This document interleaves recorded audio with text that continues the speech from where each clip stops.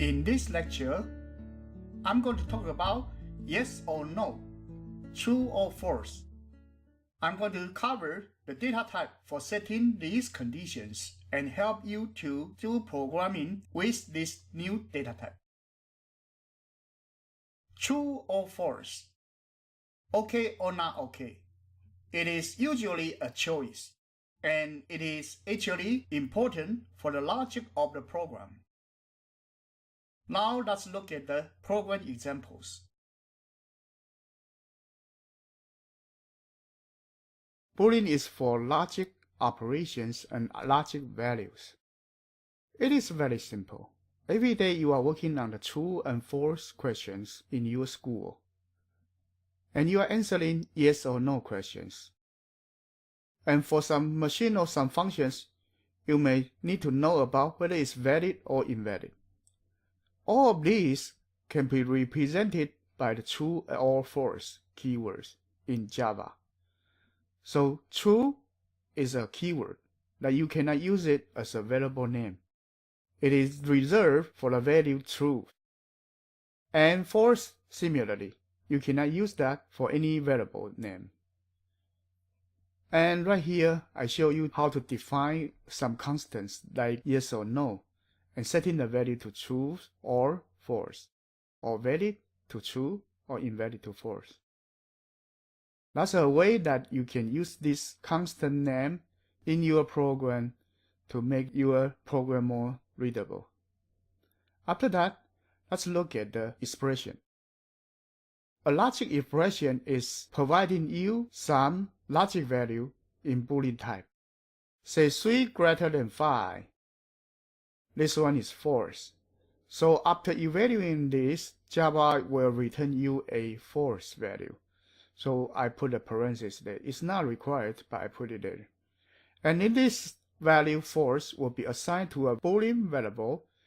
You can put any variable name right here. I put it as expression 1 equals false, something like that. And then we put that down. So right here I show you how to write greater than, that's this arrow sign, and then less than, this left arrow sign, and then equal to. For equal to, you need to put 2 equal signs. I call it double equal sign. And single equal sign is for assignment, that you put some value back to a variable. That's called a single assignment. And here is a double equal to check. That will give you a truth value if the two values are the same. Right here 3 not equal to 5, so 3 equals to 5 will give you a false. And then arrow with equal sign, that's a greater than. Left arrow with equal sign, that's less than. And then exclamation mark and the equal. Exclamation mark means not in Java. Not equal is the meaning of this operator. And then after that, let's look at this integer division. Integer division would have plus, minus, star, slash, and modulus percentage sign.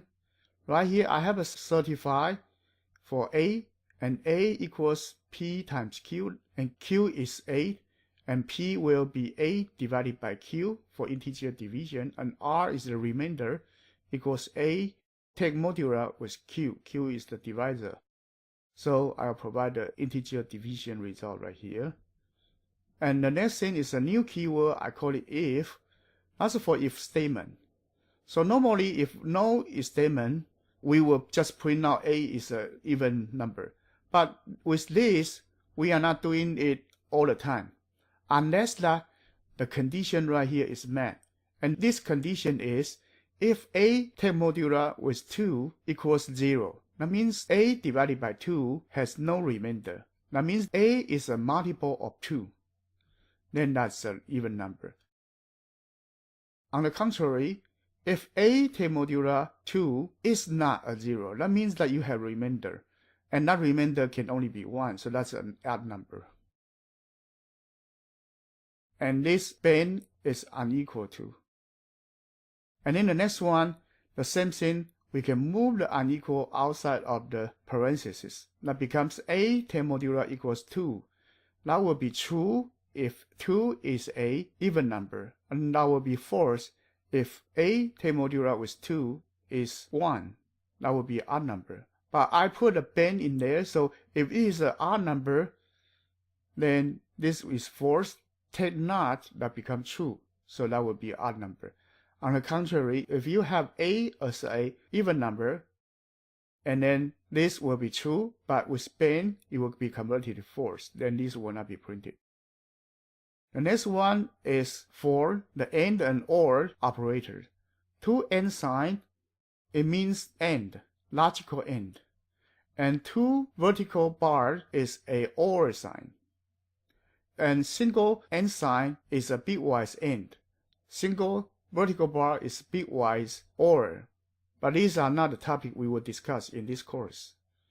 That's more advanced topic. Right here, let's look at this logic operation. If we have 2 years, the year 2015 and the year 2016, to check whether they are leap year or not. Say 2015, we check if 2015 is a multiple of 400. If that is true, then that year will be a leap year. Or if the year divided by 4 is true, the year divided by 100 is not a 0.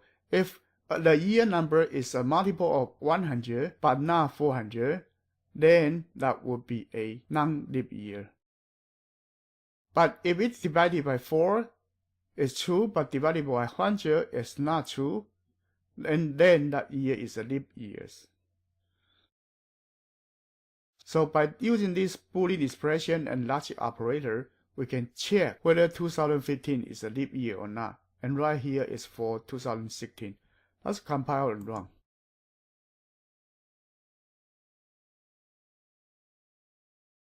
Here show you all of the operators, and the 35 divided by 8 is 4, and the remainder is 3. And then right here, A is 35, it's an odd number, it print out here, and right here another way to print out is an odd number. And 2015 is a leap year is false. 2016 is a leap year is true. So 2016 is a leap year and 2015 is not. Now we have finished the program examples. Let's look at the theory behind the Boolean data type. In computer science, the Boolean data type is a data type that had 2 values, basically true or false. And we call this as Boolean constants, true or false. And TRUE, all lowercase, is for true. FALSE is for false, all lowercase. It is intended to represent the truth value of logic and Boolean algebra. So we can set a Boolean variable A equals false. We can also set Boolean B equals 3 greater than 6, and 3 greater than 6 is also false. We can also set Boolean C equals character is digit, and then with the input value of A. So this shows you the Boolean variable, Boolean expression, and Boolean function. All of these 3 will have a Boolean value true or false. And in some other language like Python, it has a capital T and lowercase RUE for true, capital F and lowercase ALSE for false as the Boolean constants. Here let's look at the if statement again. And this is the flowchart for if statement. If the condition is met, then we do the statements. Otherwise, we go through. So we set x equals 3 first, and then if x greater than 2, then we print such statement. But if x is equal to or less than 2, then we won't do anything. Second is the if then else statement. We set a condition x equals 3, then we check if x greater than 2, then we do the following thing. Else we do the following thing. So the else part actually will be x less than or equal to 2. Then we will say not greater than 2. And the flowchart is like this. If the condition is met, then we go statement 1 that will print greater than 2. Otherwise, we go statement 2 that will print not greater than 2. In addition to the if statement and if then else statement, here I introduce another statement type called default true or default false type. Here is the default true. Boolean r equals true. If x take modulus by 2, then is equal to 0. Then we say x is an even number, so r is false. And if we preset r to be true, then if x take modulus by 2 is not 0, then r will remain true. So we call this default true condition. So if x is a multiple of 2, then r is false. Otherwise, the default value r equals true will go through. Similarly, the same statement can be written with preset false. And then if the number is not a multiple of 2, then we set r equals true. Otherwise, we let the default value r equals false to go through. We call this default false statement. Thank you. Bye.